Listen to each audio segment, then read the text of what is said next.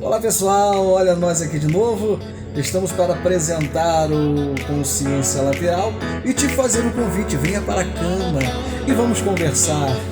Não é a proposta mais esquisita e talvez mais decente que você já recebeu nesses tempos. E nesse vídeo todo descontraído aqui no Consciência Lateral, eu estava pensando sobre antigas civilizações. Nós estamos num período de recesso na escola e eu resolvi pegar algumas matérias antigas que a gente estava analisando, conversando muito sobre as questões das antigas civilizações.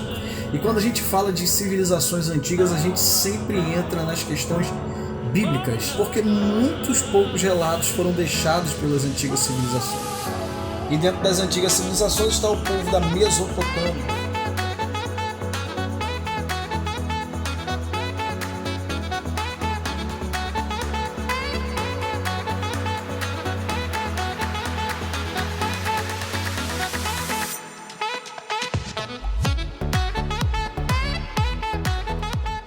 Os 5 primeiros livros da Bíblia são chamados de Pentateuco. Bom, a gente acredita que foi Moisés que escreveu esses livros, e quando nós vamos ao primeiro livro do Pentateuco, que é o livro de Gênesis, nós vamos tratar sobre a criação do mundo, a formação do homem e como todas as coisas foram organizadas por Deus. Algumas pessoas vão encontrar várias dificuldades para acreditar nesses relatos sobre o Jardim do Éden, sobre a serpente, a criação do homem e da mulher.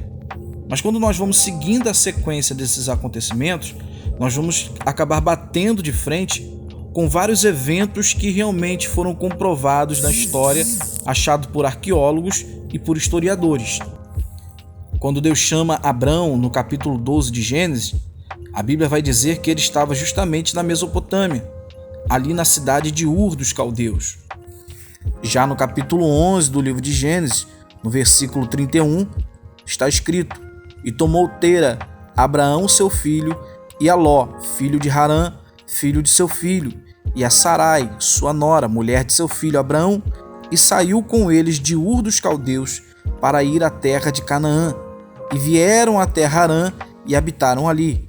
E foram os dias de Tera 205 anos, e morreu Tera em Harã." Quando Deus chama Abraão, Deus faz uma promessa para Abraão. Primeiramente, a gente precisa entender que Abraão está em uma terra, está vivendo nessa terra, e diz assim o texto: "Ora, o Senhor disse a Abraão: sai-te da tua terra, da tua parentela e da casa de teu pai, para a terra que eu te mostrarei. Eu far-te-ei uma grande nação e abençoar-te-ei e engrandecerei o teu nome e tu serás uma bênção." Primeira situação que a gente percebe que Abraão está estabelecido numa terra e ele vive com a sua família nessa terra. Nós retornamos a Gênesis no capítulo 11, nós vamos ver uma obra feita pela mão humana, uma grande torre sendo montada, um povo que se junta, eles têm um planejamento de colocarem o seu nome e estarem estabelecidos como principais na terra em que eles estavam vivendo. E diz o texto que esse povo, eles foram espalhados pela terra. O texto bíblico diz, a partir do capítulo 11, do versículo 7, "Eia, desçamos e confundamos ali a sua língua, para que não entendam um a língua do outro. Assim o Senhor os espalhou dali sobre a face de toda a terra, e cessaram de edificar a cidade. Por isso se chamou seu nome Babel, porquanto ali confundiu o Senhor a língua de toda a terra, e dali os espalhou o Senhor sobre a face de toda a terra." Nós estamos falando de uma civilização que estava alojada na antiga Babilônia e hoje é atual Iraque. Como havia uma cultura muito particular sendo difundida já na Mesopotâmia, percebe-se que Abraão é convidado a se retirar daquela região e ir para um lugar distante. Começarmos a discutir de onde Abraão saiu, lá da terra de Ur, aonde fica na Mesopotâmia, a gente precisa entender qual é o conceito de Mesopotâmia. Para começar, essa palavra ela tem uma origem grega. Parece que algum grego deve ter passado por ali e percebeu que havia um rio cruzando numa extremidade, uma grande faixa de terra, da outra extremidade, um outro rio, o Tigre e o Eufrates. Então, esse camarada deve ter dado esse nome tão cheio de criatividade, Entre Rios. Palavra meso mais potamos, que significa entre rios. Criativo, não? Há muito tempo atrás, na passagem de povos nômades procurando lugares para habitar, eles encontraram essa região onde fica próximo desses dois rios e entenderam que talvez ali fosse a melhor forma de se montar, estabelecer uma vida, uma moradia longa, fixa, e ficaram por ali mesmo. Você percebe por essa foto, é uma pequena ilustração de como que eram as obras que eles naquele tempo faziam. Grandes diques, movimentação do leito do rio para onde eles queriam que inundassem as partes, aonde as suas navegações também pudessem ter uma passagem privilegiada. Então vê aí, dá uma olhada nessa ilustração de uma cidade-estado suméria de Ur. Essa é mais ou menos uma ilustração de como seria a cidade de Ur. Essa outra cidade você vai perceber uma ilustração de como seria Uruk, né? Você percebe ali a formação desse dique. Na verdade, esse rio não tem uma passagem natural por ali, aquilo é uma obra feita por eles, obra que com certeza levou muito tempo. E olha a arquitetura dessa cidade, olha como é que ela foi bem bolada. Tudo isso é uma ilustração baseada nos achados arqueológicos. Nada disso aí é uma coisa feita à moda do achismo. Tudo isso tem uma base, um fundamento científico. Cara, esse povo é incrível, muito avançado. Você percebe como que havia tempo para eles fazerem jogos, confeccionarem roupas, se dedicarem à arquitetura, à matemática e até mesmo dentro dos zigurates, que era movida a questão religiosa da astronomia. Os astros, a astrologia era o estudo que os sacerdotes se dedicavam. Você percebe gravuras nas paredes que foram achados nos achados arqueológicos de que eles já cultuavam os astros e tinham como base de referência. Cara, e quando a gente vai falar de civilização antiga, muitos de nós achamos que era um povo muito atrasado, um povo que não tinha boas condições de vida, um povo que não tinha conforto, e a gente vai ver na história de verdade e acaba se enganando. Era um povo que tinha um pleno conhecimento de agricultura, tinham meios de trabalhar com metal, com joias, e faziam da sua vida uma vida de luxo. Eu digo civilizações que tinham mais de 30 mil habitantes. E quando você olha para a questão histórica, isso é uma coisa incrível. Então, essas civilizações, elas passaram a ser organizadas, havia uma política regente naquele lugar, ou seja, um código de conduta que centralizava a moral do povo para o bom convívio. Olha que pensamento evoluído. E havia também uma forte cultura religiosa. Apesar de ser um povo politeísta, eles tinham a sua cultura religiosa muito séria, levavam muito a sério a sua devoção aos deuses que eles serviam. Eu vou falar um pouco para vocês sobre o zigurate. Ela tinha essa construção grandiosa, algo fenomenal, chamado zigurate. O zigurate nada mais é do que templos e palácios.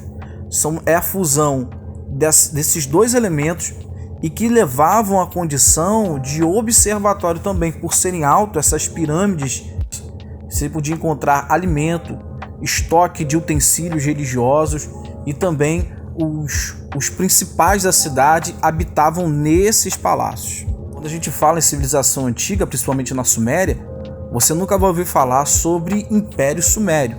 Não, na verdade eram cidades-estados, cada uma com seus palácios, né, seus zigurates e templos de observatório, e cada uma tinha uma forma bem particular de regência. Então isso é muito interessante, que quando o povo começou a migrar de um lado para o outro, foram trocando muitas experiências. No mapa antigo da Suméria, você vai ver cidades como Kish, Nippur, Lagash, Uruk, Ur e Eridu.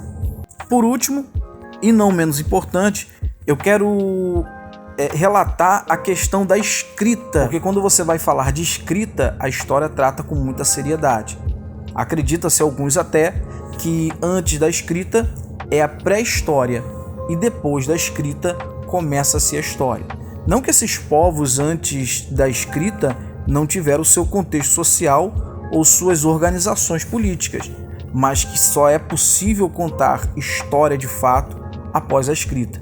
E é justamente os sumérios que trazem o primeiro relato da escrita. Eram placas de argilas que eles faziam os seus símbolos ali. Saber qual é o grau de importância que teve a escrita dos sumérios, ela foi reproduzida por todos os povos que surgiram ali na Mesopotâmia, foram copiando. Então essa escrita, chamada escrita cuneiforme, foi o padrão de escrita que se seguiu por muitos anos naquela época. E para um bônus de informação, um dos escritos mais importantes achados, isso atualmente, tá?